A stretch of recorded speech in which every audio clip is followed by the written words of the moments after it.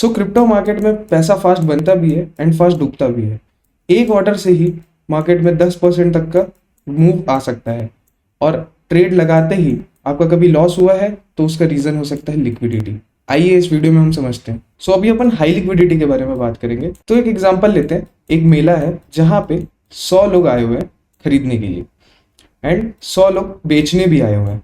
तो इसका मतलब क्या होता है कि ये हाई लिक्विडिटी पे काउंट किया जाता है, क्योंकि यहाँ पे आपको सप्लाई भी उतना है, डिमांड भी उतना ही है, बायर्स भी उतने ही है, सेलर्स भी उतने ही है। तो ये हाई लिक्विडिटी कहा जाता है। यहाँ पे लो लिक्विडिटी क्या होता है? तो लो लिक्विडिटी एकदम सिंपल वे में समझ, आप एक कोई शॉप गए जहाँ पे एक ही सेलर है और एक ही बायर है, जहाँ पे प्राइस का जो कंट्रोल है वो आपके हाथ में नहीं है।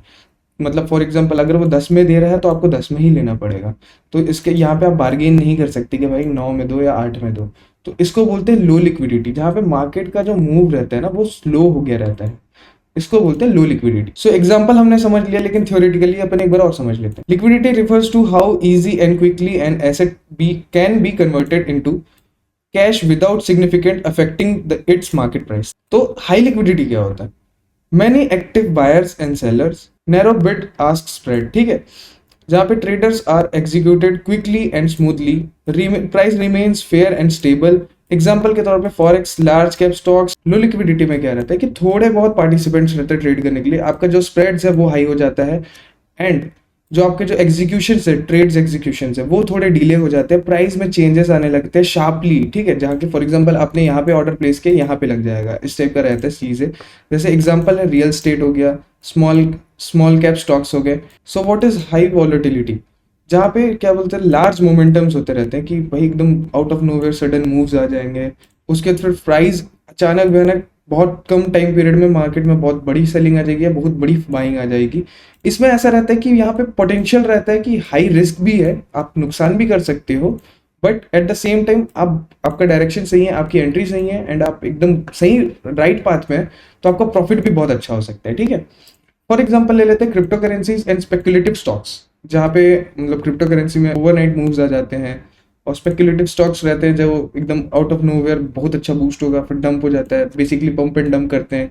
तो ये इस टाइम पे क्या होता है कि जो स्टॉक है या जो भी आपका करेंसी है जिसमें आप ट्रेड कर रहे हो वो हाई वॉलेटाइल हो जाता है। एंड अब बात करते हैं लो वॉलेटिलिटी के बारे में, जहाँ पे प्राइस बहुत स्लोली मूव करता है, एकदम स्टेबल मूव करता है, मोर प्रिडिक्टेबल रहता है प्राइस बिहेवियर को अगर देखा जाए तो, एंड लो रिस्क रहता है, सुटेबल रहता है कंजर्वेटिव इन्वेस्टर्स के लिए। एग्जांपल के तौर पे ब्लू चिप स्टॉक्स हो गए, बॉन्ड्स हो गए, इन सब में आप ट्रेड करोगे ना तो ये थोड़े से स्टेबल रहते हैं, एंड मतलब आपको इतना हाई वॉलेटिलिटी नहीं मिलेगा मार्केट में। सो अब अगर देखा जाए तो इन दोनों के बीच में रिलेशनशिप क्या है, मतलब बेसिकली कंपेरिजन कर रहे हैं अपन, तो इनवर्स रिलेशनशिप है। जैसे कि अगर आपका लिक्विडिटी है और वॉलेटिलिटी है आर जनरली इनवर्सली रिलेटेड। अब समझते हैं high liquidity and low volatility, जहाँ पे क्या रहता है ना कि मान के चलो मार्केट में लिक्विडिटी हाई है, तो वहाँ पे क्या रहेगा कि आप लार्ज अमाउंट में क्वांटिटीज बाय कर सकते हैं, लार्ज अमाउंट में ऑर्डर्स प्लेस होते हैं, मार्केट इजिली एब्जॉर्ब कर लेता है प्राइस में कोई डिस्टर्बेंस नहीं होने के बाद भी, जिसका रिजल्ट रहता है low volatility and smoother price momentum. और कॉमन क्या रहता है कि मेजर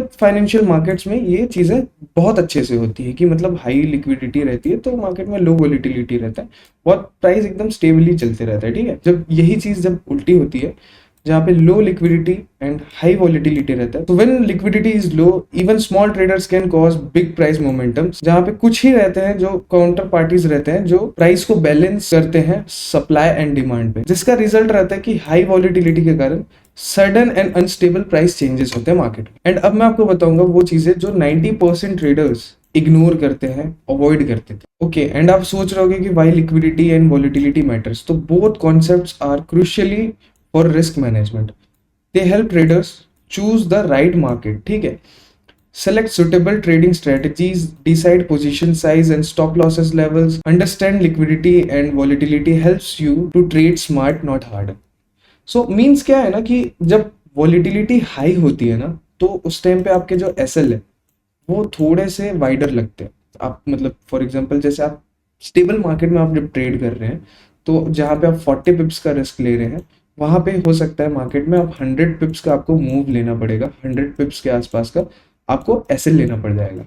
तो जब लिक्विडिटी हाई रहती है ना, एसएल का जो डिस्टेंस है जो आप जितना पहले यूजुअली लेते थे वो बढ़ जाता है पहले से। तो आपको इन सारी चीजों को प्योरली अगर देखा जाए तो आपके रिस्क मैनेजमेंट पे बहुत हेल्प करेंगे ये सारी चीज़ें। एंड जो 90% ट्रेडर्स गलती क्या करते हैं कि मार्केट में जब भी वो ट्रेड करते हैं तो मार्केट की वॉलीटिलिटी लिक्विडिटी बिल्कुल ध्यान नहीं देते।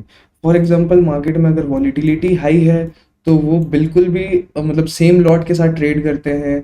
एंड देन फिर जब उनको कैपिटल ब्लो हो जाता है तब फिर वो ध्यान देते हैं कि मार्केट में लिक्विडिटी हाई थी या लो थी मार्केट में लिक्विडिटी, जिसके चलते क्या होता है ना कि वो अपने अकाउंट ब्लो कर बैठते हैं। तो आप वो गलती ना करें करके मैं इस चीज़ को आपको प्रॉपरली एक्सप्लेन किया हूँ। ओके, सो मैं कुछ एग्जांपल्स आपको दिखाना चाहता हूँ। तो अगर आप यहाँ पे देखोगे तो ये मार्केट एक रेंज पे है, तो यहाँ पे इसका मतलब क्या हुआ कि मार्केट में लो वॉलीटिलिटी है और हाई लिक्विडिटी है बेसिकली।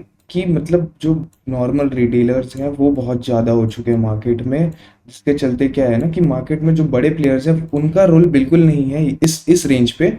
तो बेसिकली यहाँ पे लो वॉलीटिलिटी हो चुकी है, जिसके चलते कि छोटे भी रिटेलर्स बहुत अच्छे मूव्स लेके आ सकते हैं बड़े ह्यूज अमाउंट में। अब यूजुअली फॉरेक्स में ये सारी चीज़ें अलग टर्म्स में ही यूज होगी कि मतलब स्मॉल रिटेलर इतने बड़े मूव्स तो नहीं ला सकते।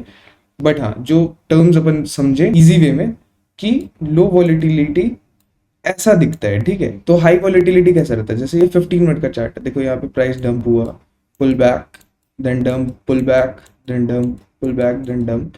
तो इसको बोलते हैं अपन high volatility and low liquidity. क्योंकि देखो लिक्विडिटी के टाइम पे क्या रहता है ना कि अगर जैसे मार्केट में ये पूरा रेंज है लिक्विडिटी का रेंज है, ठीक है, ये पूरा लिक्विडिटी का रेंज है। अब जैसे देखो यहाँ पे कॉमन चीज कैसे समझते हैं अपन की लिक्विडिटी ग्रैब होना। तो जैसे यहाँ पे सेलर्स बैठे हुए हैं, ठीक है। तो जब इनका एसएल हंट होगा तो लिक्विडिटी ग्रैब हुआ, ठीक है। And liquidity grab then dump करने की कोशिश किया, बिल्कुल नहीं हुआ। देन वो अगेन एक रेंज में चले गए, लो लो वॉलीटिलिटी हो गया, ठीक है।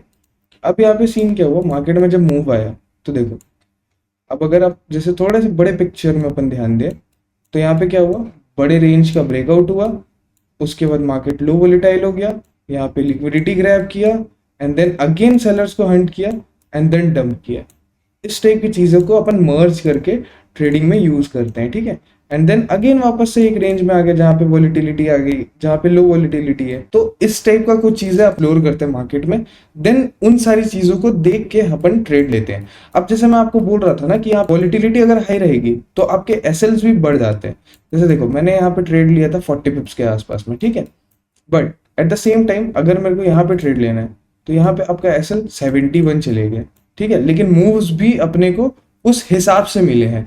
तो यहाँ पे अपने को चीजें ये रिस्क मैनेजमेंट कैसे ध्यान देनी है कि अपने को लॉट साइज पे ध्यान देना है, कितना एग्रेसिव ट्रेड कर रहे हैं, इन सारी चीजों को मर्ज करके आप लिक्विडिटी एंड वॉलीटिलिटी का कॉन्सेप्ट जब तक आप एकदम क्लियर रहेगा उसके बाद आपके लिए ज्यादा बेनिफिशियल रहेगा ये सारी चीजें। सो आई गेस आप लोग को ये सारी चीजें आपको बिल्कुल क्लियर हुई होगी मेरे एग्जांपल्स के साथ।